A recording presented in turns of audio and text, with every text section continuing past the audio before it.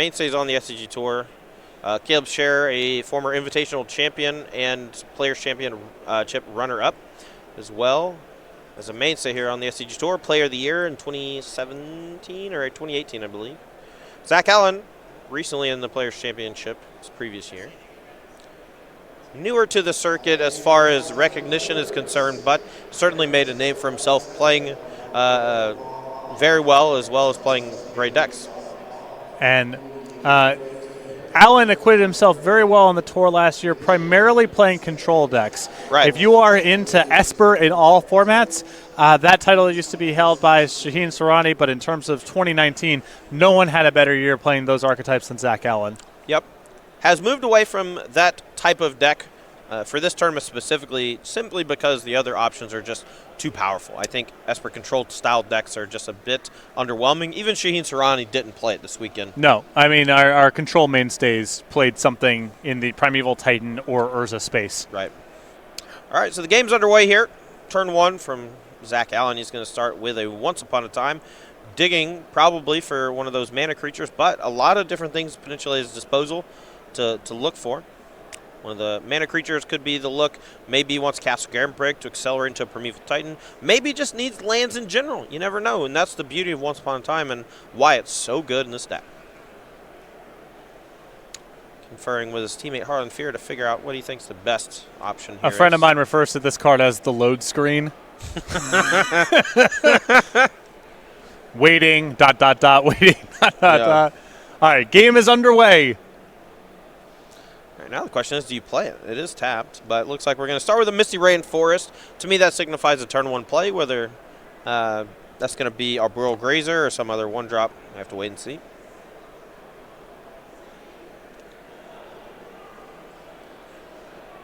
There's a lot of different ways to build this Sultai Titan deck. Some players deciding to splash black, some sticking with the classic just Simic strategy.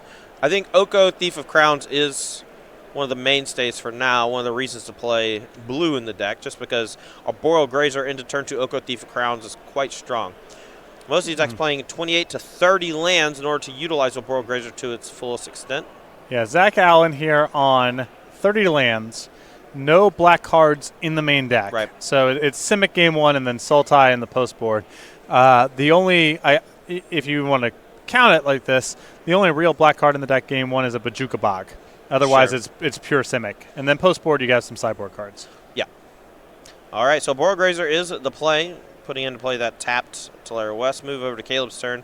Starts off with a Shock for Steam Vents and a Serum Visions to kind of sculpt first few turns. Not a whole lot of interaction from Allen's side, so if Caleb has like the normal good draw of Storm where he plays a mana creature on 2 and then combo kills on 3, not a ton Allen can do about it other than cast a turn 3 Primeval Titan across his fingers. Yeah, unlike other, the Amulet Titan decks that are also in this top 4, this deck does not have a whole lot in terms of one-turn explosive combo kills.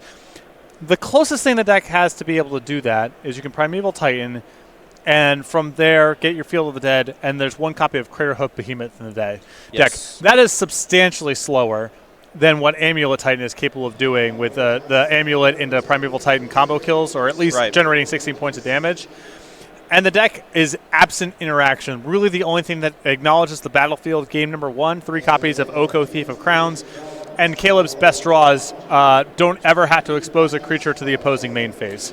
Yeah, but here you're seeing Caleb, not only is he on the draw, so he's a little bit under the gun, but he also didn't have one of those important mana creatures on turn 2, the Brawl Chief of Compliance or the Goblin Electromancer. So Zach Allen here can play his land for turn, activate Castle Garenbrig, and go for a Primeval Titan. And this gets Field of the Dead and any other land to create 2 zombies. And maybe not lethal next turn, but could potentially unlock the power of something like Craterhoof Behemoth and combo kill next turn. So we'll have to wait and see. Yeah, I mean, this is about as good of a draw as you can really ask for here. Yep. Turn 3 Titan is the dream. That's why you play Arboreal Grazer in the deck. It's funny, if you don't have Arboreal Grazer, you can't actually turn 3 Titan, I don't think. So this will generate 2 zombies here. The Misty Rainforest, I suppose, doesn't add for the haste the following turn. Because the zombies you generate off that will be summoning sick if you sacrifice it to go get a land.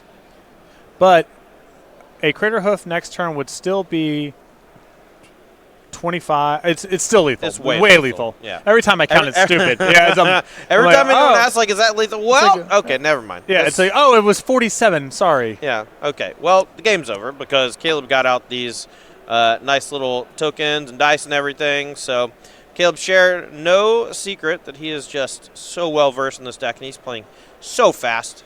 We have Brawl Chief of Compliance, 2 Desperate Rituals, followed by Manamorphose for blue. It's going to allow him to cast Gifts Ungiven, even though he started with only red mana off the rituals.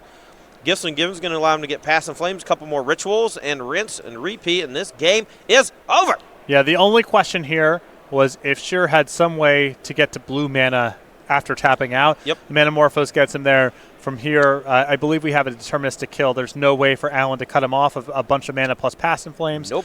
And from there, he can even cast the Gifts Ungiven a second time, and generating the necessary storm count for a Grape Shot, trivial. It's really funny. Adlman actually has Crater of Behemoth in hand, had the kill wrapped up next turn. Yep. If Caleb Scherer had not found this combo kill with Gift Storm. And Adlman could not have asked for anything more out of this hand. Turn 3 Primeval Titan into a turn 4 kill. That's as fast and as interactive as his deck can do in game number 1. He had the benefit of being on the play as well, but there's nothing to be done about this draw in the first game. And assuming that Scherer can go through the motions correctly, we should be moving to the sideboards momentarily. Oh, yeah. I mean, if he can't go through the motions correctly, I have no faith that anyone can. Yes. I believe, don't quote me on this, I believe Caleb Scherer has played the most matches of live competitive Magic with Storm in Modern than any other human in existence. I don't know that he's played a different deck in the last 5 years other than Hogak for 2 months before it got banned. Right. And then he just went right back to it. Oh, nope. I was told by Director Rob in my ear that he actually did play Dredge a few weekends. There are times where Storm's maybe not the best, right? It is very good a lot of times, but perhaps maybe not the best. No, I think this metagame is very good for it, though. I mean, you're looking at these Titan and Ursa decks that really lack interaction. They have a couple counter spells. They don't kill all that quickly. And Scherer has been gobbling up those decks for nearly a decade now. As long as you know how to go through the operations, it's trivial to win in game number 1, and then post-board you can pivot into the right counter spells or ways to grind more cards if that's what that matchup happens to be about. It's actually funny. Like, it took me a long time to realize that, like, if you have 3 mana floating, when you resolve a Gifts Ungiven, the game's over. Oh, yeah. Creature. It just took me a long time to understand that. When I'm playing a Magic, I'm like, oh, he's probably got it. Usually I just wait, like, 2 or 3 iterations. I'm like, oh, okay, never mind. I'm dead. Been dead. Long time dead. Game over. Yeah, I was the first couple times I played against this deck, I was surprised by from how low of a base it was able to set up a deterministic kill. Yeah. All right, folks. Well, here's what we're going to do. This might actually take another minute or two, and they're going to do sideboarding. So what I want to do is I actually want to bring you all as much Magic as possible. Zach Allen is going to wrap it up here. Let's move to a different matchup. I want to go to Becky Adlman and Danny Jessup. Can you do that for me, Director Rob? Can you do that? I've been told in my ear that I can do that. So we're going to be watching the rest of this game between Becky Adlman and Daniel Jessup to see who takes game number 1. Hopefully they're not about to finish it. Things looking pretty grim for Becky. This game looks like it just got underway. Perhaps a bunch of mulligans from one side or the other. Perhaps a bunch of lands being bounced by Cryptic Command. We'll have to see. I think you got it. Well, I do see a Cryptic Command in the graveyard. And if Simic Growth Chamber was one of the lands found, oof. Adlman here on Sultai Titan against the Simic Urza deck. We've seen quite a bit of both of these decks all weekend. Life totals are now correct. 10 for Adlman under a lot of pressure from that Oko Thief of Crowns. 16 for Daniel Jessup. Looking to squeeze out game 1 for his teammates here. Summoner's Pact is going to find a Sakura Tribe Elder. It's going to block and fetch, but might not be enough to survive just because she has to actually pay for the Summoner's Pact next turn. Yeah, this is a slow way to do it. The ideal here, I suppose, is chump block, go get a land, on tap, probably just pay for Pact, and then the following turn play a Primeval Titan. But I think that might just be too slow to beat an Oko. Right. Well, now the Goose is getting frisky, getting a little elkified. Tribe Elder is going to chump Sacrifice, go get a second force to pay for the Summoner's Pact. 6 damage rumbled on through. Becky down to 4. Now, if Becky has another green source next turn, and it's a ramp effect, she can actually maybe make a zombie to chump block, but I still think that it's going to be a little too much for her to overcome. And forgot to get a second green. Well, this is all for naught because Jessup has a cryptic command anyway. But we're not gonna get that far.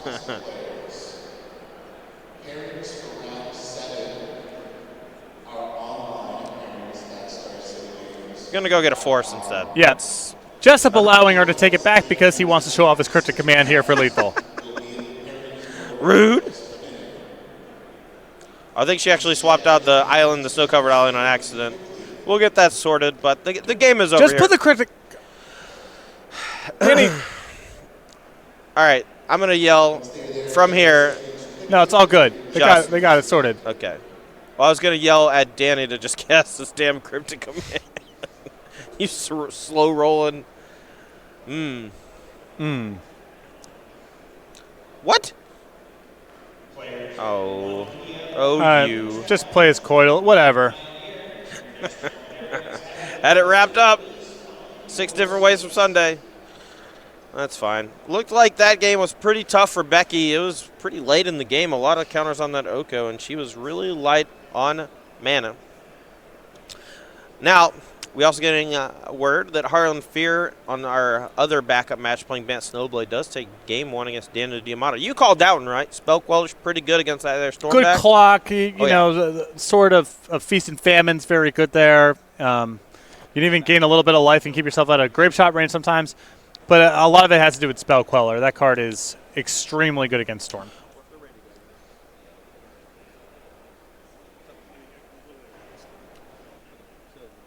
All right, so we're going to head back to our primary feature match, Zach Allen versus Caleb Scherer, in that Soul Tide Titan versus Gift Store match. We're going to run over sideboards real quick. And that camera change is disorienting, I tell you what. All right, left side, Zach Allen down a game. 4 copies of Trophy, 2 Ashiok Dream Render, 2 Dismember, 2 Mystical Dispute, 2 Tireless Tracker, 2 Veil Summer, and 1 Oko Thief of Crowns to go with the 3 in the main. What would you side in here if you were Allen, and why? Veil of Summer has some play to it, including against Gifts Ungiven. Tireless Tracker is a clock and more cards. Yeah. You need kind of both of those things. Mystical Dispute, good against blue cards broadly, which Caleb has some of. 2 copies of Dismember. I think that Allen wants to have some interaction for the accelerators he has no answer to in game number 1. I could be talked into 2 copies of Ashiok, a little bit on the narrow side. If he wants something else to fight over Gifts Ungiven, I could see it. But I suspect that it's too narrow, and it will just be the Dismembers, the Mystical Disputes, the Tireless Trackers, and the Veil of Summers. I don't mind the Ashioks. If you're going to bring in Veil Summer, might as well bring in Ashiok too. Ashiok has the upside of maybe being able to exile the graveyard as well, and that reduces the effectiveness of Pass the Flames at the very least, even though most of the things get played on that turn, and it is a sorcery speed way to interact with the grave. Well, now that we go over to Caleb's sideboard, I'll let you read that one off if you'd like. I will. I'll do it. Go for it.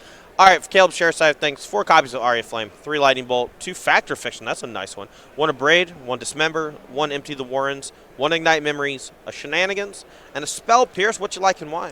So my concern here, going back to Allen's side for a moment, of bringing in the Ashiok, is that Scherer has a sideboard that allows him to kind of work around anti-graveyard measures. The combination of Aria Flame and Factor Fiction is a way for Scherer to just play totally absent of his graveyard. Empty the Warrants, which may come in here as well, much the same story. So I like bringing in the Aria Flames and the Light and the Factor Fictions. It's not like Allen has a lot of interaction for those cards, and it totally sidesteps Ashiok should Allen go down that road. Here's my mentality. If I'm Caleb Scherer, you know deck lists. Deck lists are shared when you get to the elimination rounds. You know there's no real graveyard hate. There's no Graph Digger's Cage. There's nothing like that. I think the Pass and Flames plan is more than good enough. I would maintain course. I think when you go Aria Flame, you're expecting to have your opponent interact with you in a lot of different ways. And since Allen just has like a couple Mystical Disputes and some sorcery speed graveyard interaction, he can just kind of sandbag until he goes off on one big turn. So I would expect Caleb to not bring an Aria Flame and Fact of Fiction. I think those cards are much better when you're having to slowly piece together a win and when your opponent is hitting you with discard spells, removal spells, counter spells, and not really so much when they're goldfishing. And I think Zach Allen's deck is way more of a goldfish deck, so Caleb needs to match him on speed, and I think he does that very well with basically his game 1 configuration. So is that an argument for or against Ashiok? Because it is kind of this weird outlier. Yeah, it's not really connected to goldfishing as fast as possible. No, I agree. I think, he understands he has to interact somewhat. He needs to slow the game down basically by 1 turn, right? But he still has to keep in almost all of his ramp and Primeval Titan Summoner's Pact, I think he could probably just cut Oko, but he might want that just to poof the creatures. But as we saw in Game 1, Caleb can also just sandbag those creatures until he's able to combo off, and Zach Allen has very few ways to actually interact other than 2 copies of Mystical Dispute. Gets a little trickier, though. The Mystical Disputes help out Oko because the way to play around Mystical Dispute is often just playing an Accelerator on 2 and then having enough mana to work around it on the 3rd turn should go that way. Sure. Which makes Oko's value go up a little bit, but also it's just so slow and bad so often that I could see you getting away from the card entirely. Sure. All right, these players here finishing up sideboarding, helping some of their teammates out with various sideboard decisions, mulligans, etc. A lot of downtime occasionally between these games of Magic. It's unfortunate. That's why we're trying to bounce between matches that are playing still. Fortunately, they're all kind of in a holding pattern. This match should start pretty quickly, though it looks like Allen is conferring with Jessup, potentially on a sideboard plan or mulligan decision, unclear.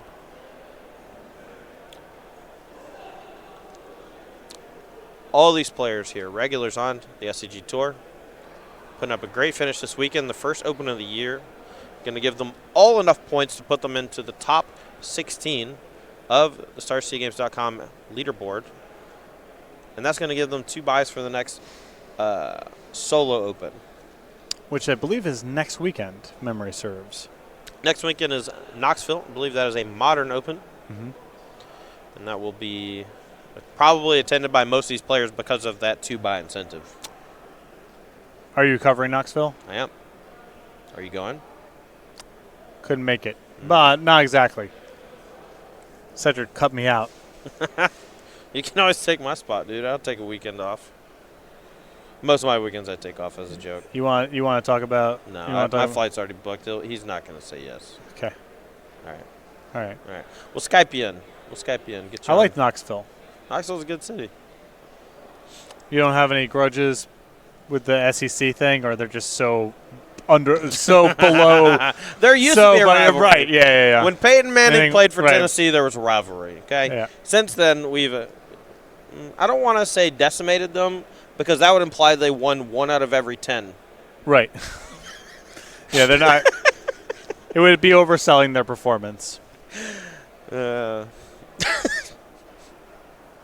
It's been a while. I don't recall the last time that we lost to Tennessee, and we play them every year.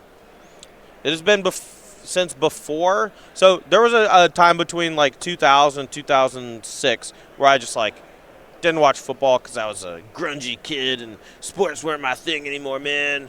Rebellious. My dad's a coach. I'm gonna, right. And then all of a sudden, 2006, 2007, hang out with all my friends from Alabama, watching football, and hey, it's just a great time. Yeah. I never had that experience with my beloved Scarlet Knights. The Rutgers, yeah, they were just always bad. Yeah, had a little. In the early 2000s, there was a time. Wasn't there some good basketball Rutgers teams or nah? Women's team has been the women's team has been good, and this year actually they're kind of playing well. But I don't think they've made the tournament since the 90s. Mm-hmm. So Well, that would be the last time that I watched the NCAA basketball. And I honestly don't. I think that, they're again like late 90s, early 2000s. Rutgers women's team was up there with the Stanfords and Tennessees of the world as one of the top 10 programs in the country. Sure. I don't think it's like that anymore. Were they the one of the Dukes? Duke's been killing it in women's college basketball. Yeah, UConn. UConn. I'm sorry. Yeah. Yeah, UConn. Or was it both? No, they were. No, I don't think Duke's program has been sustained success. Oh, sorry. It was UConn. You're correct. My apologies. Yeah, UConn. All right, I'm about to walk over there and start screaming at somebody because this has been a minute. It's been about 9 minutes since these two have played a land. I'm guessing taking on a mulligan here. Maybe taking on a card to put back. There's a lot of decisions to be made. Modern is incredibly complicated, and a lot of the decisions are made in deck construction and mulligans. Yes. Which not a whole lot of formats are based on that. So.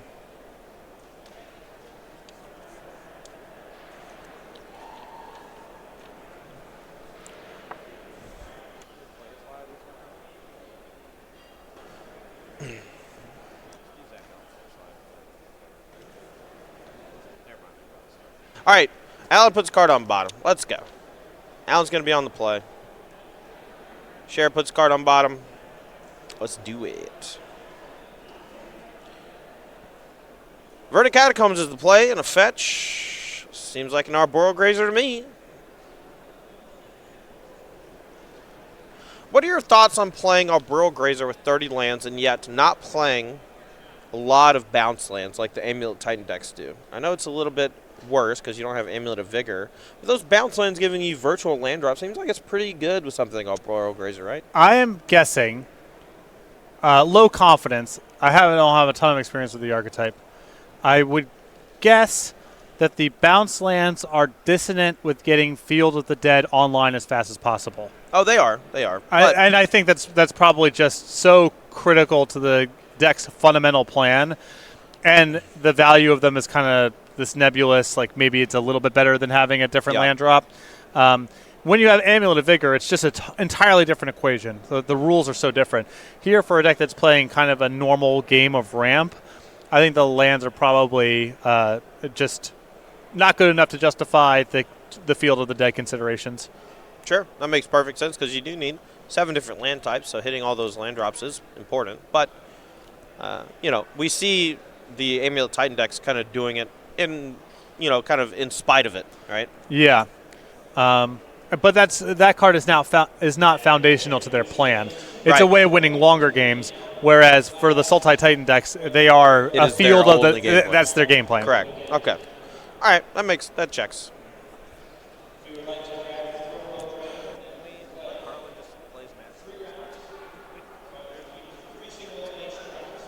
There are still a few lands in the deck. The Simic Growth Chambers, 2 copies.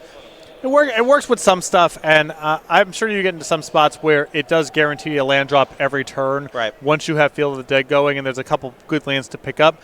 But I think there's only the 2 copies, whereas the the Amulet Titan decks play quite a few more than 2. All right, well, Zach Allen here. His draw for the turn looks like it was a once upon a time. Didn't cast that for free last turn, so can only assume. Top 5 cards, looking a couple lands, an Explorer. Look like an Assassin's Trophy. Finds Castle Garenbrig. Let's see if he plays it for the turn or if he chooses to play a different land from hand. I have a soft rule about once upon a time. What is it? If you choose to cut my 4 cards, you're dead to me. Enemy. You are not a good person. That to me is a little bit strong. I would probably go with they don't have their priorities quite lined up the right way. Well, here's a development. Caleb Scherer actually missing his second land drop. Cast 2 Serum Visions. First one put 2 on the bottom. Second one put 1 on top, so you have to imagine that one may be coming down next turn, but this might be a spot where Allen is able to capitalize, especially if Scherer doesn't have one of those powerful 2-mana creatures next turn. Explore the play. Going to draw a card and allow Allen to play an extra land drop if he has one. The 30-land deck, though, looked like he's going to miss his 5th one. But still has 4 on the battlefield to Caleb's 1. So doing okay as long as he has some way to perhaps slow Caleb down if he has some piece of interaction. Steam Events go. Looks like he has a Manamorphose at the ready. Maybe a Remand or something, too, to slow things down. Castle Garenbrig online. A single extra green source there would have let him cast a Primeval Titan, so holding up Remand makes a lot of sense. Yeah, and at a certain point when you're bottlenecked, you're missing land drops, you just kind of got to cash in a Remand on the first thing, even if it's not if it's just going to get replayed here, it's not like the Remand blew Allen out by any means, but got to do something. Right. Field of the Dead is the find. Still doesn't have a second green source to turn on the Castle Garen Briggs, so slightly short of Primeval Titan, but any untapped land off the top should let him play the Primeval Titan from hand. But now we're back to Caleb Scherer, and let's see what he can do. I think he's got it rolled up here. I think he can Ritual, launder into blue mana through Manamorphose, and win the game. Here we go! And I think that Allen has no 0 mana interaction in his sideboard, so if he's tapped out, the coast is clear. Well, he's currently tapped out. Let's see if he taps out in a few spells here. I do see a Brawl, and I see a couple Rituals and a Gifts Ungiven. I think this is going to be enough. But Caleb here just doing the due diligence, making sure he's got all the resources necessary to get the job done. Manamorphose, 3 red goes to either 2 red and a blue or 1 red and 2 blue. I think the issue here, I don't know if he's in any trouble here, but I thought he needed to Ritual again to get to 4 mana to be able to Manamorphose into double blue to leave himself with blue mana left over plus a red to start Ritualing again and then Gifting. I think it's possible Scherer is bottlenecked on blue mana now. Yep. If he plays a Reducer, then he's stuck with 1 red, and without another copy of Manamorphose, he has no way to turn it over. Right, and he doesn't have any card draw effects in hand either, as far as I can tell. Now, this might be a turn where he actually has the ability to just cast one of those creatures and say go. Because even if Allen is able to cast Primeval Titan next turn, doesn't really do anything except maybe eat the graveyard with a Bajuka Bog and put some zombies on the battlefield. What's really going to mess up Caleb is if he only has one of those mana creatures and Allen's able to contain it with an Oko or one of those sideboard cards. Exactly. There it has to be. All right, well, he's going for it. Never mind. I thought he might be walking it back if he miscounted or something. Does he have Passive Flames maybe? Oh, it's Aria Flame, so he's just getting everything online now. Going to pass turn with 2 very problematic permanents on the table. Mm-hmm. And if Zach Allen is not able to cobble together some piece of interaction or a potential win next turn, which we've already assumed that he doesn't have the ability to do so, Caleb Scherer might actually just wrap it up on the following. And Aria of Flame also means that Bajuka Bog is a lot less threatening. Right. So Allen will gain the 10 life, so it's not like Aria Flame is going to chop him down, but it's going to take a while. A little while. The Gifts Ungiven certainly helps because it gets Passive Flames, and you know what that does. Mm-hmm.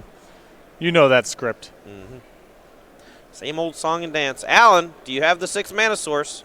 Do you have a piece of interaction? Where you at, buddy?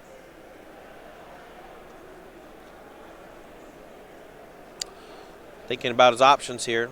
Tapping blue, black, and 1. I honestly have no idea what this is. Oh, I figured it out. It's Ashiok. That's a nice one. It actually exiles the graveyard and turns off Gifts Ungiven. Weird. I mean, you think it's going to be good enough here? Oh, I mean, I told you he was going to bring it in, and you were like, we may not bring it in. Yeah, I mean, it might. He might play his sideboard card and then knock it to untap. Well, yeah, see how that goes. No, he's definitely. We'll see. Oh, he's getting rinsed. Anyone's game. Oh yeah, here comes 3 rituals into kill your Ashiok, Gifts Ungiven, kill you. Yeah, the Gifts Ungiven is going to just be 4 mana counter on Aria Flame and be good enough. That's true. Okay. All right, ritual, counter on Aria Flame, make 3 red, deal 1 to Ashiok. Oh, it can target planeswalkers. I didn't even think we were going to have to go that far. Yes. Wow, this Ashiok is going to do nothing. It, it got rid of a Manamorphose. It was in the graveyard, which means that a ton of red floating can't translate into casting another blue card for the rest of the turn unless he has another Manamorphose, which he currently doesn't. So, well, the key card he could use here is Veil of Summer. His Veil of Summer, he can stop the Gifts Ungiven. True that. And then he's in not a bad spot. If he has nothing, though, this Gifts Ungiven, the trigger from Aria Flame is going to kill Ashiok, and then Scherer is just able to do whatever he wants. Okay. All right, well, 3 red floating. He's going to get Ritual, Manamorphose, and actually maybe Grape Shot or Passive Flames. Now, the normal stuff here probably good enough, but... Oh, actually, no. This is way good with Aria Flame. So yeah, never mind. I thought he might need the extra blue, but it's just going to be ritual, passive flames, ritual. You're dead. It's a million. It is just an outrageous amount of damage. I just wanted to just mention that you were like, I don't think you should bring an Aria Flame, and it's busted. And then Ashiok came in, and it was rancid. Yeah. Okay. Against the Aria Flame. Like, the two sideboard cards actually ran into one another. And now one person's sideboard card is in the graveyard for no cost. Look, it's not my fault. Zach Allen missed land drops forever. Oh, yeah, he got really unlucky this game. He's got so many powerful cards in the matchup. He just didn't find any of them, you know? Yeah, I don't want to be mean, but, shut up. Good one. Got him. Got him. Bang. All right, Caleb here, going through the motions. A lot of rituals in the graveyard. Passing Flames, going to trigger Aria Flame, do 6 to face. Each ritual does 7, 8, 9 to face. It is a lot of damage. Zach Allen packs it. Caleb Scherer takes the match for his team, 2-0. We're going to be moving up to the Giftstorm v. Harlan Fear matchup. Bant Snowblade versus Giftstorm. Harlan Fear up a game against that Giftstorm deck, and we're going to see if he's able to contain it. Force Negation, one of the better cards in the matchup, but as we move into the match, we see an Aria Flame on the battlefield with a couple counters on it. Let's see how the rest of this game plays out. Now, Patrick, you picked Harlan to win this match, correct? Yeah. Pressure, disruption, counter spells, spell queller. He's just got a lot of ways to cover the angles and shorten the length of the game. Now, what's your take on this Bant Snowblade deck? Because I know a lot of people kind of hate it, but I actually kind of like it. I wish the Urza matchup was a little bit better. It feels like it's not quite there in that matchup. Sure. Deck's plenty powerful, and I think it's really good against a lot of the options one would go to if you were trying to metagame against Urza. Sure. All the fragile, fast combo decks, I think, Path, Oko, Spell Queller, was a really good blend of cards to have there. All right, Diamato here picks up a Brawl Chief of Compliance, has a ritual in hand which he can use to deal 4 damage to either the Oko or the face at instant speed, but not quite enough to chop down the Oko just yet. Needs to find a string of cantrips would be quite good. Aria Flame is significant when you have stuff like Sleight of Hand and you start chaining those together. Factor Fiction out of the sideboard would not be bad here. True that. Now, Icewind Quaddle becomes an elk. Attacks, gets +1/+1 from the Noble Hierarch. So swing for 4. It's going to put Diamato on a 3-turn clock. See, I'm not bad at math. Yeah. Simple math. Yeah. You undersold your abilities. All right, well, I believe Passing Flames with the draw, so we might see a wicked turn here from Diamato. I mean, I think he just looked and was like, should I go for it? What do you think? If Harlan's got nothing, Harlan is dead. Yes. And he doesn't have many cards in his hand. Yeah, and he just hard cast a Force of Negation a moment ago to exile some, I believe, a Serum Visions to kind of stop a card draw chain. So.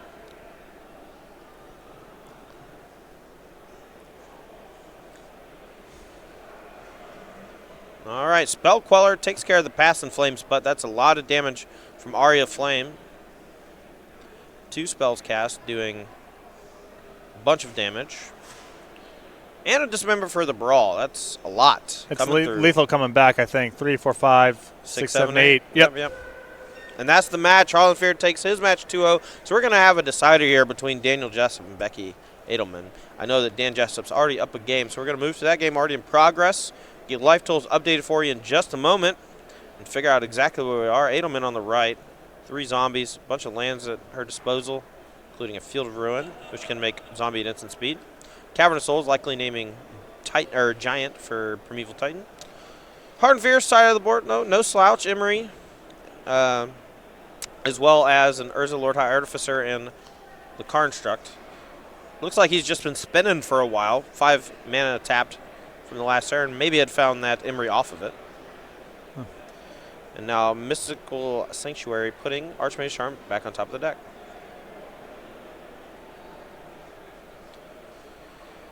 Four damage coming in, putting Dan Jessup down 2-6. So with Emery plus Engineer Explosives, Danny should have the tools here to be able to manage these zombie tokens.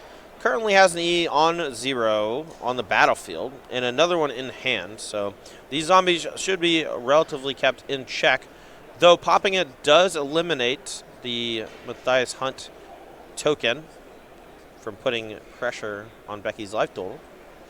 See how this plays out.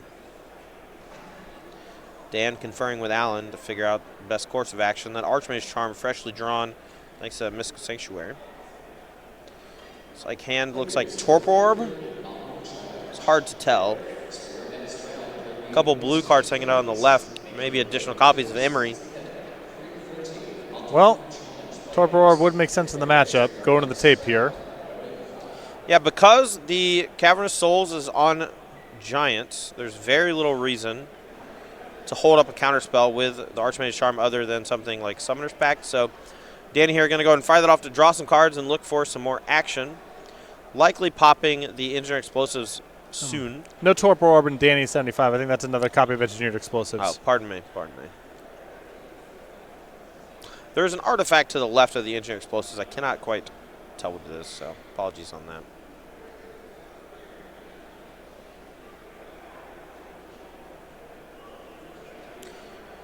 Might be an Arkham's Astrolabe.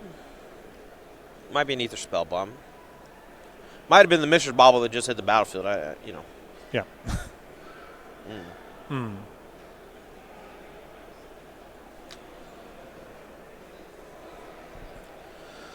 Right here, Danny trying to figure out the best course of action. Can just pass turn with the EE up, see what Becky does, because Becky does have that Field of Ruin to make an extra zombie and instant speed if she so chooses.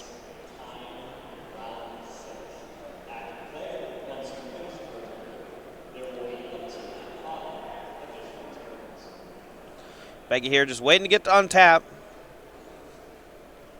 I know that feeling. Your opponent's getting to have all the fun. You're just like, come on, top deck. I don't know about all the fun. I mean, oh yeah, it is just manipulating material around zones. Yeah, that's fun. Trying to figure out what the sequencing is to add, try to squeeze out an extra Urza activation that doesn't do anything. All the usual, all the hits. All right, I'm going to ask you a question. You tell me bad or good. Just that's all I want. Bad or good. You shuffle or keep. You cast Ponder in Legacy, right? Top 3 cards, Ponder, Preordained, Brainstorm. Keep or shuffle? I'm keeping the Ponder and then shuffling next turn. Interesting. I think. It's all tough because you're locked into drawing 2 You're locked into drawing 2 cantrips is the problem. That is the problem. Although Preordained's a lot cleaner to resolve than the other ones. That's true. That one isn't as prohibitive. It's always contextual, but I shuffle away extra cantrips so often. Yeah, just wash it away. Just because of how mana inefficient they are in some spots. And it always depends, right? It always depends on how much mana you have access to, how much pressure you're under. But sometimes you need a card that does something. I just see people keep so much spin. Oh, yeah. They love it. They love it. All right. They don't like playing Magic. They like thinking about Magic. Yeah. That's the difference. Jessup here pops a couple baubles, draws a couple cards. Becky, 5 zombies about to crunch on through. And here comes a block and a likely a pop of an Engineered Explosives. Notably, Engineered Explosives can tap for blue for itself and then sacrifice thanks to the ability of sacrificing it not costing a tap effect, which is a little odd, but comes up every now and then. Also, same way for Ether Spellbomb, that template. Urza works quite well with both of those. All the zombies gone now for Becky. And a pass of the turn, it seems like. Dan Jessup thinking about what to do on the EOT. Astrolabe taps for blue, casting another charm, and drawing 2 more cards, keeping the gas flowing. Becky pauses during the instep here. Let's see what she wants to do. Perhaps a Dismember or something. Take care of the Urza. Cycling a Veil. Now, because she has the Cavernous Souls, that's basically just a way for her to translate that into a different card. Just wants to find Primeval Titan at this point. Veil is still pretty good at protecting something like Summoner's Pact. But Becky is falling behind here and might just need to find something to do. Oh, for sure. Might not have the luxury of waiting for the ideal setup. Yeah, you don't want to die with Veil Summer in hand. That is a horrible feeling. Especially when your opponent has played multiple blue spells every turn for the entire game. A couple more Mishra's Baubles about to be cast. Those can tap for blue mana and then be sacrificed. Oh, they can't tap and sacrifice. Those are not templated the right way, which is, you know, fine-ish. Imri here, going to activate. Targets another Mishra's Bauble. Picks up the graveyard to show to a teammate so the teammate can help make future decisions. That's called efficiency right there. Efficiency. Yep. Harlan's been around the block with this sort of strategy quite a bit. Was playing Urza to some success even during the height of Hogak. That was just his deck last year. He top-8'd like 3 or 4 modern events in a row with it. Did very well for himself with it. Yep. That was the classic Urza version with War of Invention. Looks like we're spending 5 mana. We're going to spin with Urza. The deck is random, Danny. The deck is already random. I'm mad. Can't do this every time. Can we get Allie Warfield back on camera, please? I know. The only person with any integrity. The best of us. Yes. All right. Found a Scalding Tarn off the top, I believe. Now has a bunch of mana thanks to those Mishra's Baubles. Decides to bauble self before maybe popping a fetch land.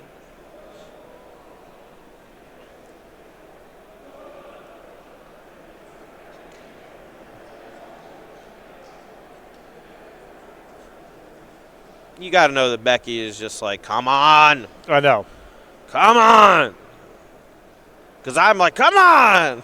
Yeah, she's being extremely polite about all of this. To her credit. Well, she's probably also played against the deck 250,000 times this weekend. And so she's used to it. You know, you're probably a bit desensitized to it at this point. Another bauble targeting Becky. Handful of cards. 2 more coming on the next upkeep thanks to those Mishra's Baubles. The third one potentially if he so chooses. Zach Allen giving his best advice. Now, Danny can get like an Archmage's Charm off Mystic Sanctuary maybe, and then the triggers from Bauble will draw him some cards, which is kind of nice. So first draw, and then the second trigger on the stack. Gonna go get Mystic Sanctuary. Becky out here just trying to play a land and make a zombie. That's it. It's fair. That's all. That's honest day's work. Yeah. Honest day for an honest pay. Let her take her turn.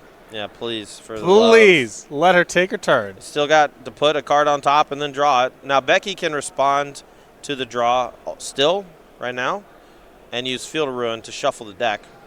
But Archmage Charm is not a huge deal thanks to that Cavern of Souls as long as she's able to draw Primeval Titan proper. Let's go! Oh, Archmage's Charm. That's a tilt. Can she have the other Veil Summer? There's a Mystical Dispute. Looks like there's only 2 mana available for Dan Jessup. But does he have access to green mana right now for this Veil? Because I think his Breeding Pool got tagged by a Field of Ruin earlier. The Astrolabe's been tapped for some Urza shenanigans. So I don't know if he can access green mana right now. And if that's the case, then Becky gets the best of it here. Oh, I'm very happy about this. Oh, yeah. Go, Becky! Let's do a thing! All right, tutor for Primeval Titan. Cavern Souls. Naming, I don't know, Giant. Yeah. Primeval Titan being cast. Going to get probably 2 more Field of the Dead or Field of the Dead and Vesuva. We're going to make a boatload of zombies, though you can maybe get a utility land somewhere in there, too, because the Engineering Explosive is going to clean up the zombies quite nicely. Yeah, there's still the issue of what are you doing about Emery? Blast Zone seems like a reasonable find. Yeah, second copy of Field plus Blast Zone. I could be talking to that. Yep. Unfortunately for Becky, she can't get Vesuva plus Blast Zone and use the Vesuva to copy the Blast Zone. Those two lands entering at the same time don't actually see each other while you're choosing the card for Vesuva to copy. It's a bit strange, but if she did want to Blast Zone, she'd have to wait at least for another Titan trigger. Now here's a nice one. Simic Grow Chamber plus Talaria West. That's going to allow her, much like the Amulet Titan decks, to return Talaria West to her hand and perhaps transmute that next turn for another Summoner's Pact and go get another Primeval Titan. She does have to pay 4 mana next turn for the previous Summoner's Pact. We'll see how this next few turns play out.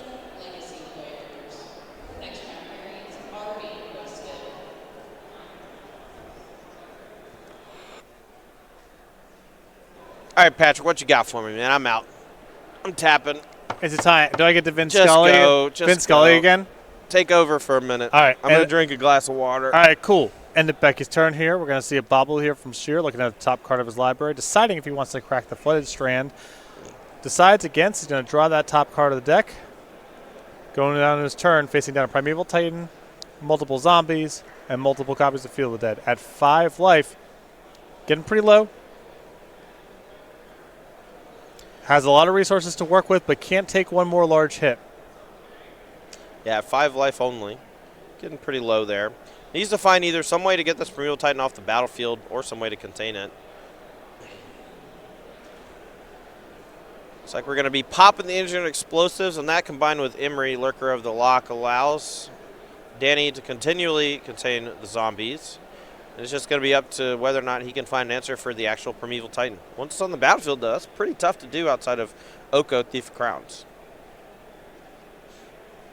which may not actually be in the deck anymore. They're not that good in the matchup. They really only interact with Primeval Titan once it's already gotten its value. Yeah, definitely some softness to zombies. And so not a star in this matchup, but now would be a good time for it for sure. All right, well, looks like I am mistaken. Here is Primeval Elkton. Oh, Elkton John, if you will. And, yeah, this is great. Just love text boxes. Here comes an Ashiok as well, and this static effect from this Planeswalker is going to make it so Becky can't transmute, can't search for lands with Primeval Titan. It is how you say Una Bummer. Yeah, now you have your 1-4 back on defense against just a 3-3. It's kind of funny. Dan actually going for the mill plan here, perhaps thinking maybe I can mill away all of the rest of your relevant cards. You know, still, it's 20 total cards if you get to activate it every single time with the loyalty and with all the fetching and card drawing and everything. There's a chance Dan actually just wins via mill, which is horrible. Yeah, I mean, there's you have the boring. You have the hope of being able to hit some key bullets, and the game's going on for a long enough time. It's going to be very hard for Becky to assail any of these Planeswalkers. She's so far behind in battlefield presence. Anything large she can play is just turned into an elk. And so definitely in range for her to get decked here, especially since Jessup has 3 copies of Ashiok in the deck. Oh, so yeah. That's 20, 40, 60. Minus makes a lot more sense now. Makes a lot more sense. Now, Zombie made an island for turn. A Boreal Grazer, if this plays land, can make another. But as we've said time and time again, that zombie army is contained quite easily by Imri plus Engineered Explosives. So zombies will never really get to attack if Dan Jessup doesn't want them to. No land from the Grazer. Becky going to pass the turn with just Talaria West in hand, but unable to transmute thanks to the static effect from the Ashiok. Got to think of those Planeswalkers a lot like enchantments that have, you know, activated abilities that you can only do a certain number of times. Ashiok is one of the better of those, I think, for the Eternal formats because of all the deck searching. Yeah, I don't mind hitting on that sort of thing. That's, you know. I mean, it feels bad if you're playing that type of deck, but also, you know, you playing that type of deck usually means that you're searching your deck 2 or 3 times a turn, and that's just... For sure. Yeah, I think Ashiok goes after the right people. Sure. No problem with that design.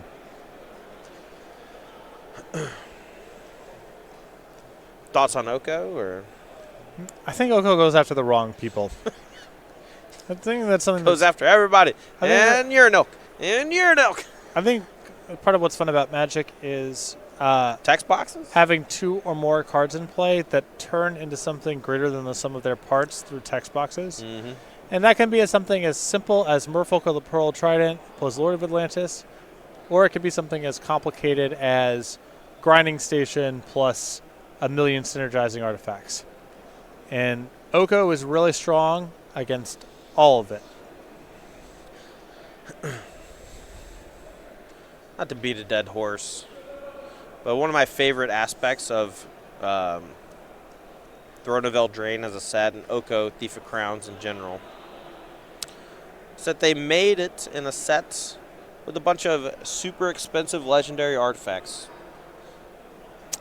Yeah, I mean, there's a lot of splash damage with that sort of design, right? There's the critique is entire range of cards is cut out of being competitive, and yeah, some of those. What's the green one that makes mana? The Gray Hinge. Yeah, that card rules. Yeah, right. Every time someone goes Love Strike Beast, untaps and plays the Great Hinge, I'm just like, you know what? Congrats. That's great. Yeah, you did it. Sweet. You Splinter Twin to me. I am dead.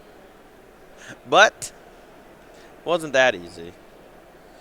The Great Hinge is one of my favorite designed cards in a while, just because of how cool it is with a deck with Llanowar Elves in it, right? You know, if you just draw a string of Llanowar Elves, normally that's horrible. But with the Great Hinge, it kind of recycles them over the course of the game, and they're also larger. Just hits on all fronts. There's also just a feeling of epicness in it, in a way that's easy to wrap your head around. Yep. And open-ended. You can kind of engage with it in a bunch of different ways. Becky here, I think, is kind of resigned to her fate. She's just kind of playing the game out because it's a team event. Yep. And she's your doing peoples her are due there. diligence. Yep. Your peoples are there. You don't know what can happen. But I do not see her getting out of the short version of this is she cannot proceed in the face of Jessup's lock pieces, and I do not think that she has a way to get out from under his lock pieces. You know what's really funny is he keeps checking the top card of her deck to see if he wants to mill it with Ashiok when it's bad. It's like a Jace the Mind Skull activation. Yeah, you know? He's assembled his own Fate Seal. Yeah. A new dimension I had not seen yet. I haven't seen it yet either. That's cool. Now, does he Once Upon a Time on top? That could be anything. Could even be a boat. Chooses to mill it away. Off to exile it goes. Becky now. Hoping to naturally draw a Primeval Titan, but I think one just got milled too. I'm not sure how many are actually left in the deck. This is just kind of brutal to watch. This is like your classic WWE submission hold, right? Yeah. And all Danny wants to do is keep cranking, keep pulling, keep stretching, and keep hurting that knee. And eventually, until you tap out. Until you tap. Because it's not, nothing is changing. It's not about if, it's about when. Right. Right?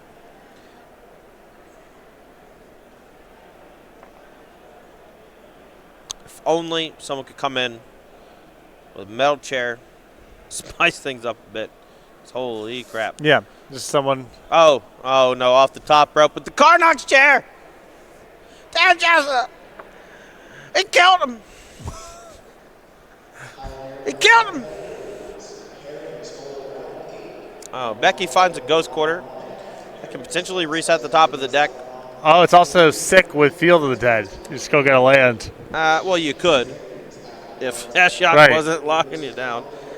Oh, man.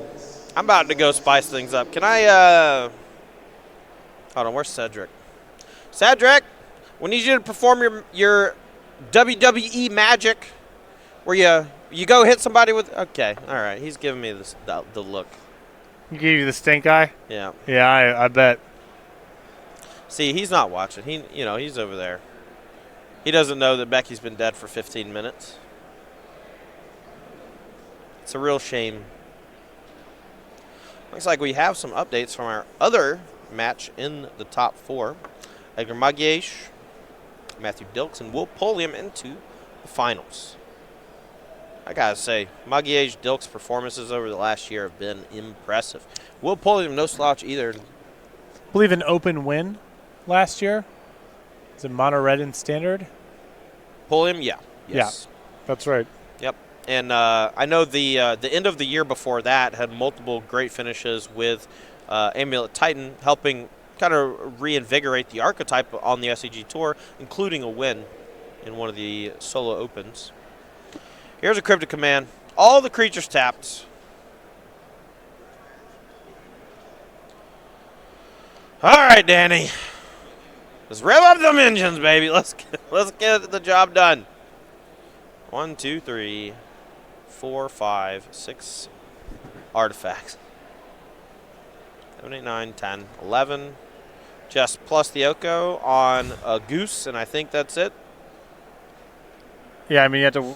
Oh, yeah, that's right. You don't have to worry about any instant speed zombies here. Yep. Danny, move to combat. He's got an elk, right? He's got. Oh no, he's got plenty of elks.